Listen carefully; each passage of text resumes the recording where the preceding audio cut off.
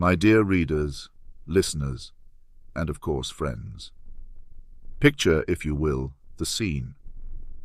Karl Benjamin, the self-styled Sargon of Akkad, stands before the throne of the real Sargon, the mighty king of the Akkadian Empire.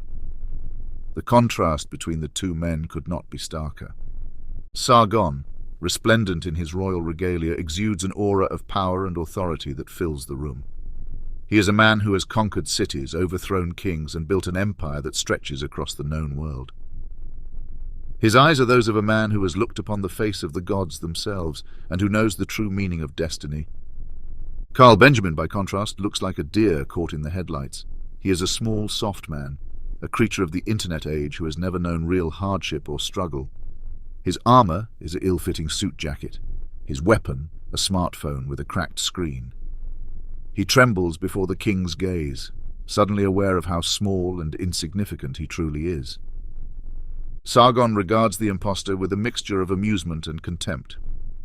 "So," he says, his voice dripping with disdain, "you are the one who has been using my name to peddle your petty little opinions.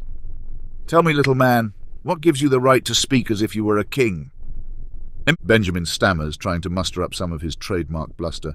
I am a champion of free speech, a defender of classical liberalism. I speak truth to power and—" But Sargon cuts him off with a wave of his hand. "Enough. You speak of free speech. But what do you know of true freedom? You who have never had to fight for your beliefs, who have never had to sacrifice for a cause greater than yourself. You are nothing but a mewling child playing at rebellion from the safety of your mother's basement." Benjamin tries to protest, but Sargon's voice grows louder, more commanding. "And what of your truths, little man? What great wisdom have you brought into the world? What insights have you gleaned from your vast experience and learning? From what I have seen, your truth consists of nothing but juvenile provocations and cheap insults, designed to appeal to the basest instincts of your followers." The king rises from his throne and takes a step towards the quivering Benjamin. "You dare to compare yourself to me," he thunders. "I, who have built an empire, who have crushed my enemies beneath my heel, who have communed with the gods themselves. You are not fit to lick the mud from my sandals, you snivelling worm." Benjamin falls to his knees, cowering before the king's wrath. "Please, my lord," he whimpers, "I meant no disrespect. I only wished to honor your name, to spread your legacy to a new generation." But Sargon is not moved. "Honor!" he spits. "You know nothing of honor. You are a thief, a parasite, a leech who feeds on the accomplishments of better men. You have taken my name, but you have none of my strength, none of my courage, none of my wisdom." He turns to his guards, who stand at attention by the doors of the throne room. "Take this creature away," he commands. "Let him be an example to all who would seek to usurp the legacy of the great. Let him be cast into the darkest dungeon, where he may contemplate his folly for the rest of his miserable days."